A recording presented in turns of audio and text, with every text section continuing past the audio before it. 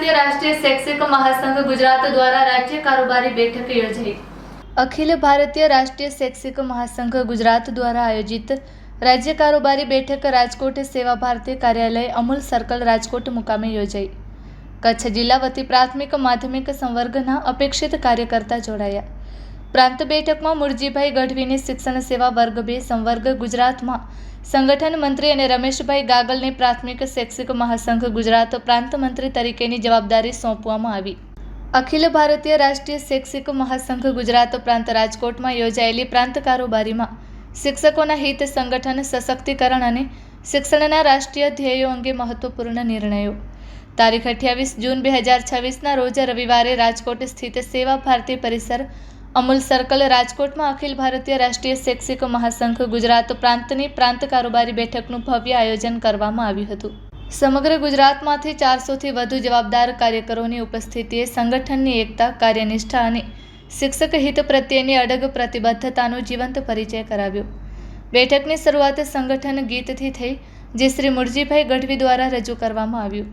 ત્યારબાદ પ્રોટોકોલ મુજબ શ્રી મોહનજી પુરોહિત, શ્રી ભીખાભાઈ પટેલ, શ્રી મિતેશભાઈ ભટ્ટ, શ્રી પરેશભાઈ પટેલ અને શ્રી સરદારસિંહ મચ્છરના હસ્તે દીપ પ્રાગટ્ય કરવામાં આવ્યું।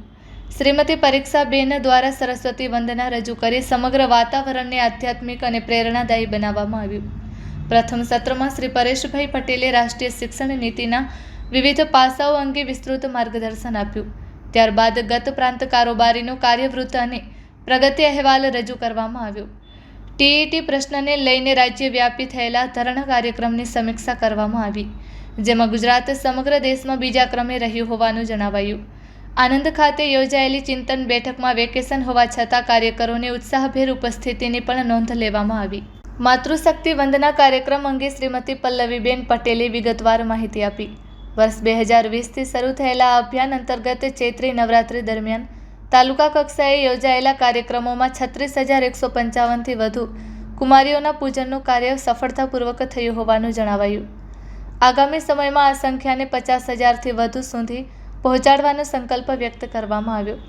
શ્રી ચિરાગભાઈ પટેલે વર્ષ 2025-26ના નાણાકીય હિસાબો રજૂ કર્યા। બંને વિભાગોના આવક જાવકના પારદર્શક હિસાબો, વિવિધ કાર્યક્રમોના ખર્ચ, સ્ટેશનરી ખર્ચ તેમજ હમારા વિદ્યાલય હમારા તીર્થ સહિતના કાર્યક્રમોની વિગતવાર માહિતી સભા સમક્ષ રજૂ કરવામાં આવી।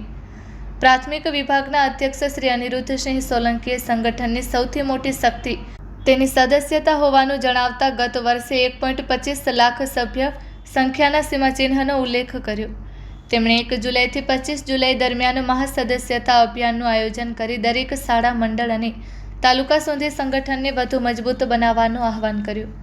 સાથે જ તમામ એકમોને 22 જુલાઈ સુધી નાણાકીય હિસાબો રજૂ કરવાની સૂચના આપવામાં આવી।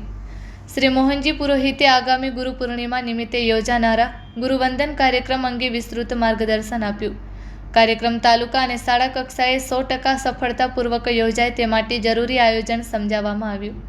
કાર્યક્રમમાં ભારત માતા તથા મહર્ષિ વેદવ્યાસજીના ચિત્રને ઉપયોગ કરવા તેમજ કાર્યક્રમને સંપૂર્ણપણે સામાજિક અને સાંસ્કૃતિક સ્વરૂપમાં યોજવાનો આગ્રહ વ્યક્ત કરવામાં આવ્યો। રાજકીય વ્યક્તિઓને મંચ પર સન્માનિત ન કરવા અંગે પણ સ્પષ્ટ માર્ગદર્શન આપવામાં આવ્યું।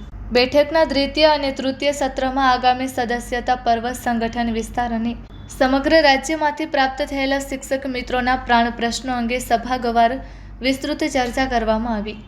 વિવિધ જિલ્લાઓમાંથી આવેલા પ્રતિનિધિઓએ શિક્ષકોના પ્રશ્નો અસરકારક રીતે રજૂ કર્યા અને તેના ઉકેલ માટે સંગઠનના આગામી કાર્યક્રમો નક્કી કરવામાં આવ્યા।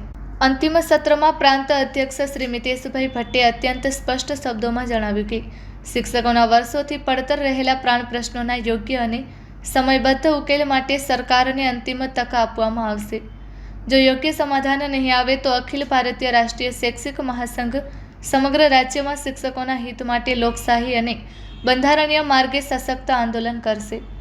અખિલ ભારતીય રાષ્ટ્રીય શૈક્ષિક મહાસંઘ જિલ્લો રાજકોટના અધ્યક્ષ શ્રી સંજયભાઈ હુંબલ, મહામંત્રી શ્રી સાગરભાઈ પોપટ અને સંગઠન મંત્રી શ્રી રામલાલભાઈ સિંગાડાએ જણાવ્યું હતું કે આ સમગ્ર પ્રાંત કારોબારી માત્ર એક બેઠક નહોતી, પરંતુ શિક્ષકોના સ્વાભિમાન, શિક્ષણના રાષ્ટ્રીય પુનર્જાગરણ અને સંગઠનની અવિરત સેવા યાત્રાનો સંકલ્પ સમારોહ બની રહી। શિક્ષક સમાજના હિત માટે સંઘર્ષ અને સેવા આ બંનેને સમાન પ્રાધાન્ય આપતા મહાસંઘે ફરી એકવાર સ્પષ્ટ સંદેશ આપ્યો કે શિક્ષકનું સન્માન શિક્ષણનો ઉત્કર્ષ અને રાષ્ટ્ર નિર્માણ એ જ સંગઠનનો અડગ ધ્યેય છે. રાજ્ય કારોબારી બેઠકમાં પ્રાથમિક માધ્યમિક સંવર્ગના પડતર પ્રશ્નો રજૂ કરવામાં આવ્યા હતા. અખિલ ભારતીય રાષ્ટ્રીય શૈક્ષિક મહાસંઘ કચ્છ જિલ્લા વતી મૂળજીભાઈ ગઢવી, નયનભાઈ વાંજા, શૈલેન્દ્રસિંહ જાડેજા, રમેશભાઈ ગાગલ, મયુરભાઈ પટેલ, અમરાભાઈ રબારી તેમજ કાંતિભાઈ રોજ સહિતના હોદ્દેદારો ઉપસ્થિત રહ્યા હતા તેવું જિલ્લા પ્રચાર પ્રમુખ તરુણભાઈ શાહની યાદીમાં જણાવાયું હતું.